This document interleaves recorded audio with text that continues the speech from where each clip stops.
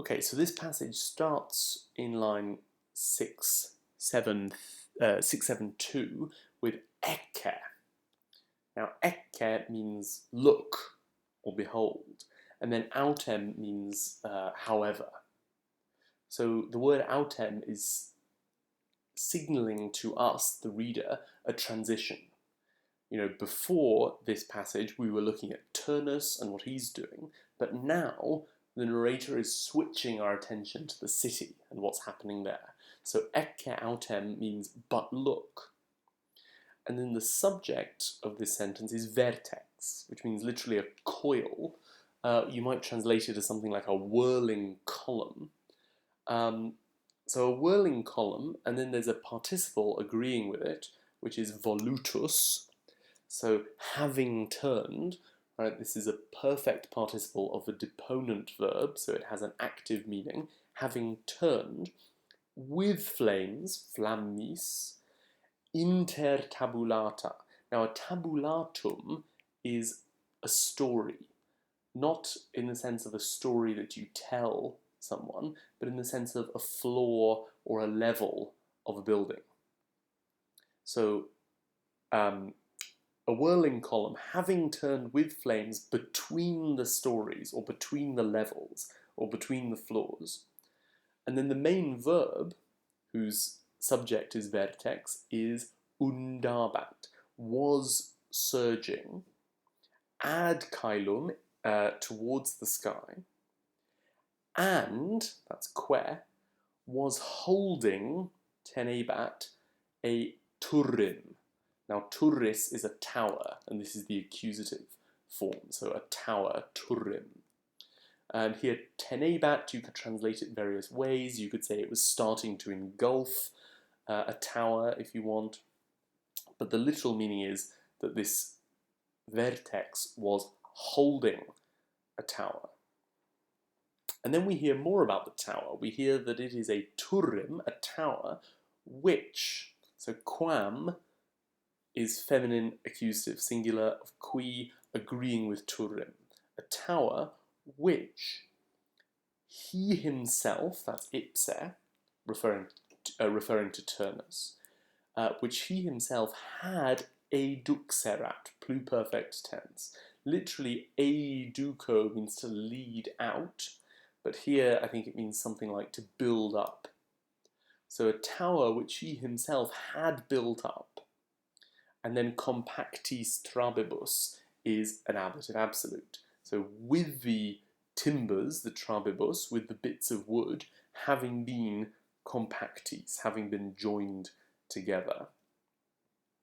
And we hear a bit more about what Turnus had done, and where he had subdiderat rotas.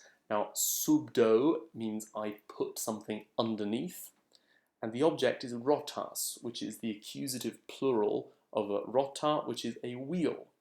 So he had placed wheels underneath, and he had instraverat, he had laid on top altos pontis, high bridges.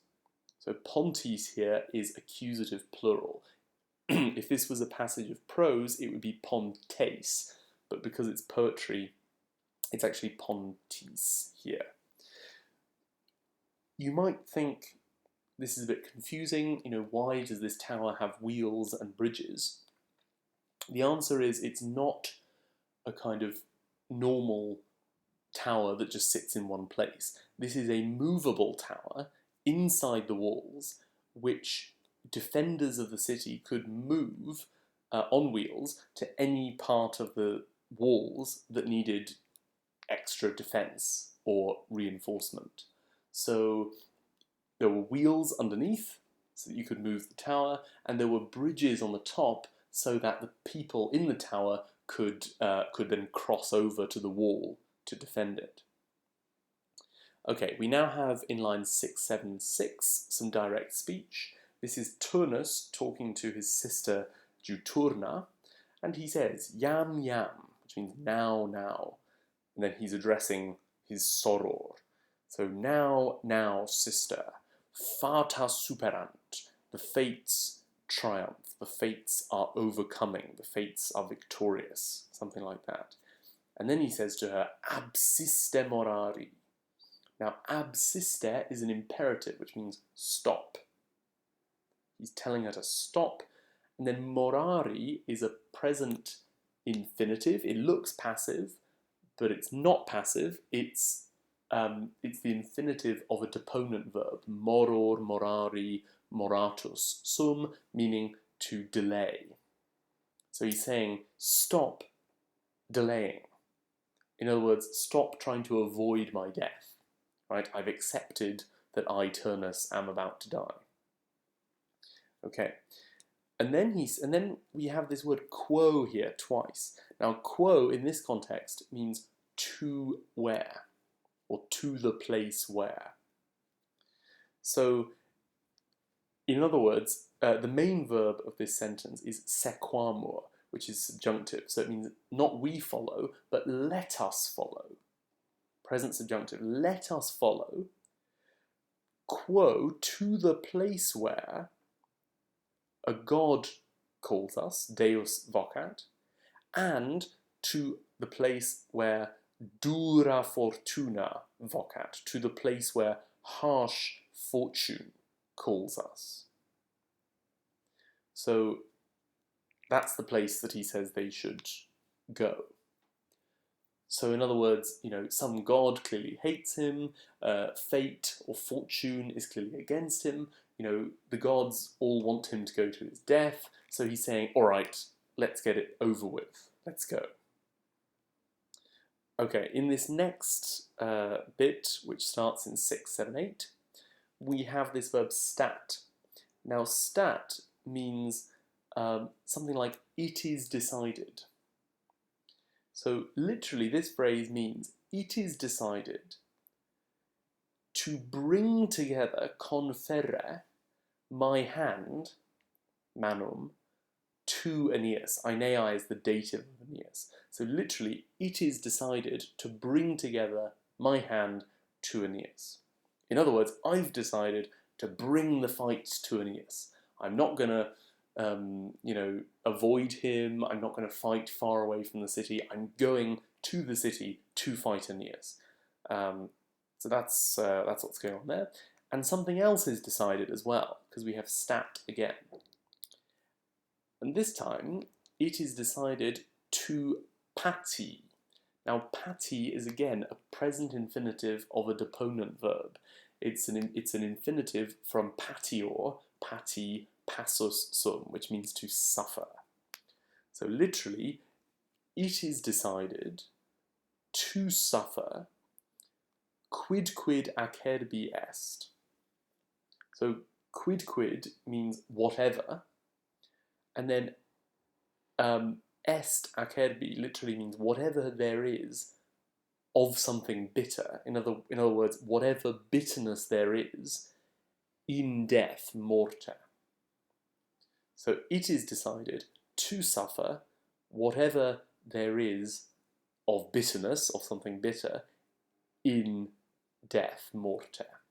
So he's saying, whatever is bad about death, the pain of dying or the afterlife or something, he says, it's time for me to suffer it, right? I've decided that I must now suffer it. And he also says, neque amplius, no longer, no further, no more. Neque means not, and amplius, or it means and not, and amplius means further or more or something like that. So no longer, no further, will you see me, videbis me, no longer will you see me dishonourable, indecorem. So you will no longer see me dishonourable, and he's addressing his Germana, which means sister. So no longer, sister, will you see me dishonourable. And me indecorem, those words are both accusative because they're the object of videbis. And then you have this slightly strange phrase in 680, hunc oro sine me furere ante furorem. Now, oro means I beg. Okay, so I beg you. And then he says sine me. Now sine here is an imperative and it means allow me. Okay, now often sine plus ablative means without, but that's not the word that we have here. It looks the same, but it is a different meaning. Sine means allow. So allow me.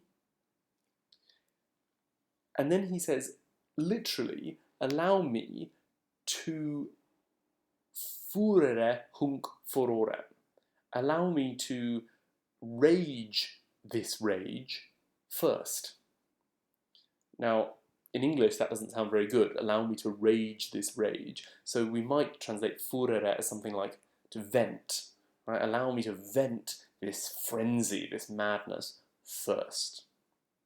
So in other words, before I die, let me, get all this anger, frenzy, madness out of my system, probably by killing lots of people. And then in line 681, Dixit, he spoke. Et. Ocius means quickly, or rather quickly. He dedit saltum, that literally means he gave a jump, a kuru, out of his chariot. In other words, he jumped out of his chariot. And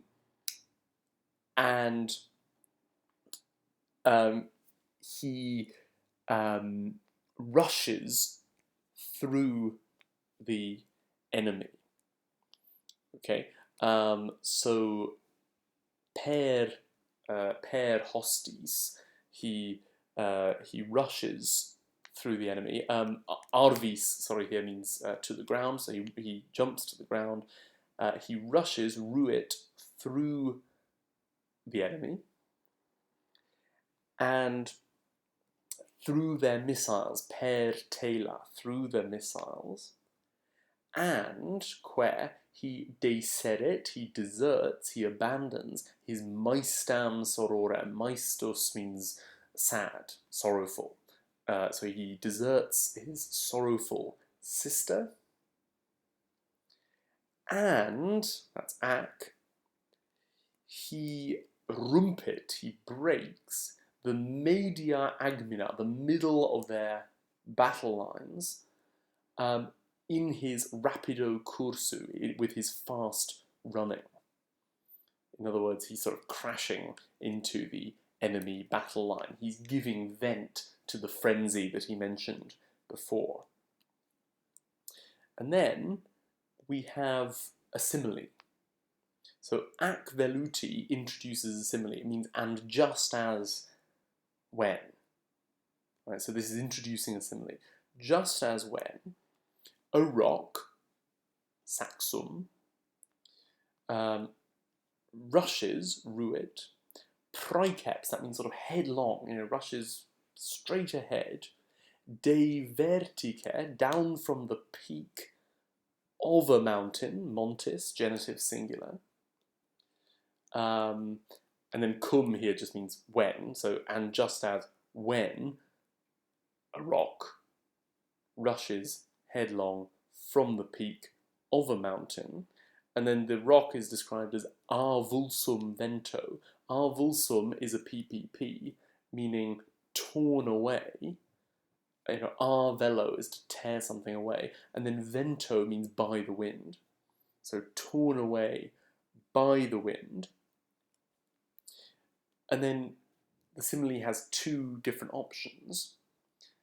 One is, so seu means weather, right? So weather, a turbidus imber, a sort of wild rain shower. Turbidus means wild or frenzied. Imber means rain. So whether a wild rain has proluit, has washed it away,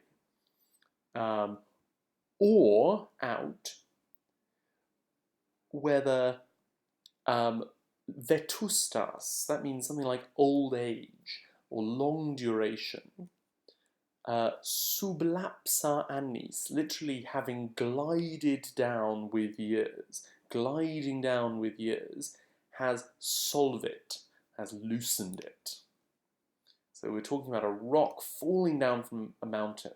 And then the simile is saying it's just like this rock, either a rock that the wind has torn away from a cliff, or a rock which has sort of slowly been detached from the cliff just by a long period of time.